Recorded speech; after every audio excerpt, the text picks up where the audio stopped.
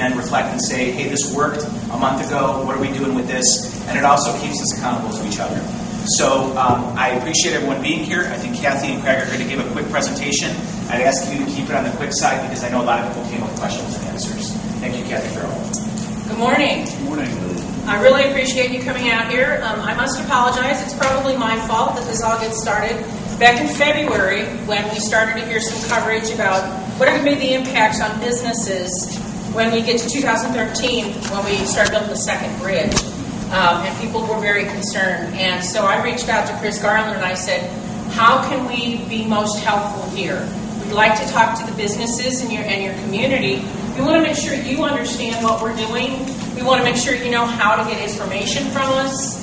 We want to understand what's a helpful way for us to get information out to you. So over time, we had the conversation. They did the survey, and that's why we're here today. And I really appreciate Sammy making the arrangements for the meeting, and we certainly appreciate Councilman Cimperman's support of the community. Transportation is the corridor within a community, but we all know that communities are the lifeblood of this country. So, we understand. I have to talk from notes because this is a big project and there's a lot to share.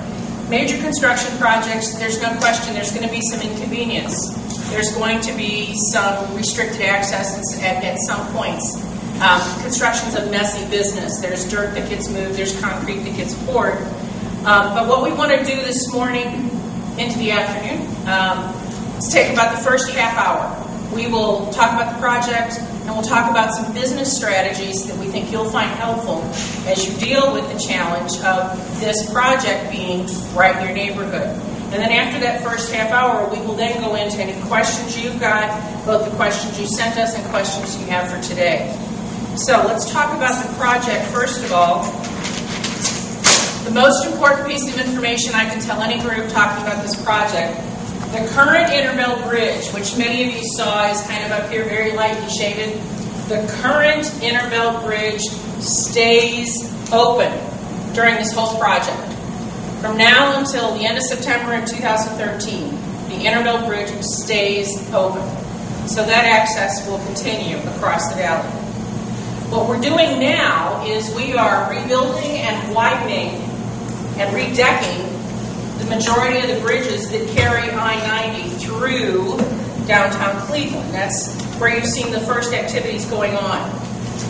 We're working on making the lanes that carry I-77 north to 90 east and the lanes that carry 90 west to I-77 south. We're making those ramps wider so there'll be 2-lane ramps because that's going to lead you to the alternate route. Once we get into really heavy construction in this downtown corridor, we're going to want people to have an alternate.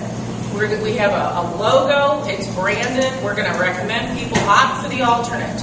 Because if you don't need to be in this section of 90 where the project is going on. If you are through traffic, you're going to be much better off to take 90 to 77 to 490 to get back onto 90. It's a little bit longer, and it's probably going to be quicker based on the congestion that's going to result from some of our lane restrictions during our construction. Starting this May and June, we'll be restriping I-490 and I-77 to give them an extra lane in each direction.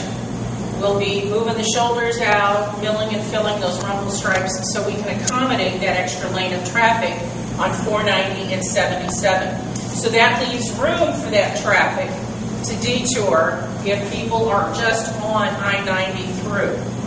Now, anybody that needs to get somewhere in here, they will still be able to get where they're going. Once that alternate route plan is in place, though, we need to restrict the traffic in here, roughly between East 14th and Ontario. We need to restrict the traffic down to 2 lanes in each direction instead of 3. What we're going to be doing is you take all that traffic and you shove it all south. So you get all the traffic down on the south half of these bridges, and then the crews come in and they rebuild all of the north half of those bridges. So once you get that north half all constructed, then you shove all the traffic back up onto the north half of these bridges, and you reconstruct and redeck and widen the south half. So for an extended period of time here, you're going to have 2 lanes of traffic in each direction. That'll be challenging. During rush hour, it will be congested. What we're going to recommend is that people look at, can you travel a little earlier than your typical rush hour? Can you travel a little later? Can you carpool? Can you take RTA? Can you van pool? Can you telecommute? There's all kinds of options that are available, but we realize the vast majority of people are still going to drive where they're going, and they're still going to drive the same route. So we'll have to ask people to just bring some extra patience along, because there's no doubt when we put 3 lanes of traffic into 2, it's going to be a little more congested. So the first one that we're going to work on here is, the first bridge is, it carries I-90 over East 14th Street. That's this bridge in here. Then we're going to work on the bridges that carry I-90 over East 9th, and that will be up here. And then we're finally going to be working on the bridge that carries I-90 east and westbound over the ramp for I-90 westbound, and that carries right here, the ramp that brings you down on to 77. So there's a series of bridges in here as well. So what we're working on is we're working on all these bridges over here. And all of that work is going to happen between this summer and late fall of this year. So this is going to be a hive of activity. During this bridge work, we're going to be working on building a new ramp, starting to build a new ramp that comes from East 14th onto 90 West. So beginning in June, your East 14th ramp is going to be closed, because we're going to be building a whole new ramp and ultimately a bridge that it connects to. That ramp will be closed from roughly this June until approximately August of next year, because there's some other work at the other end of it. There won't be room for that traffic to merge in. So, but while that ramp is closed, the other ramps from downtown are open. Kathy, I might reiterate, that's East 14th ramp, 14th. Not West 14th. This is East 14th. This is in downtown. Thank you. Now, during the same time period over here in Tremont, this is what will be the new Abbey Loop ramp. This is your Abbey Avenue Bridge, to give you an orientation to where we're talking about. This is your existing I-90 down here. We're going to be rebuilding the bridge that carries 71 over Starkweather. It's in that light blue color. The bridge is redecked and minor widening, so it has to be a little wider. And we'll accomplish that work the same way we're doing in downtown, where we kind of scoot everybody over to build a lane or 2 at a time. Not nearly as big a work zone as downtown, but that's what will be happening on the bridge that carries 71 over Starkweather. That happens between summer and late fall of 11.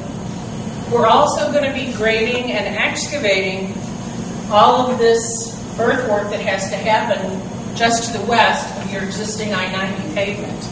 All of those areas that they've been clearing, that will get earthwork done, because we have to get all the earthwork done this summer and fall, because next year is when they'll be building this new roadway. The other thing that we're going to be doing is, if we didn't have enough going on this year, we're going to be busy over here in the Flats East Bank. We're going to be building a new bridge over the RTA tracks. That bridge will carry the East 9th Street extension down to Commercial Road and Canal Road, where there are improvements being made. It connects to a new stretch of Broadway that's going to be constructed down here. And what this ultimately does is it creates 2 opportunities. It makes it easier for the trucks to get into the flats without having to go all the way through downtown, because we're going to be really busy with this bridge construction over here, and it would make that difficult. But it's also going to provide more access to get down to 77 heading south. Services.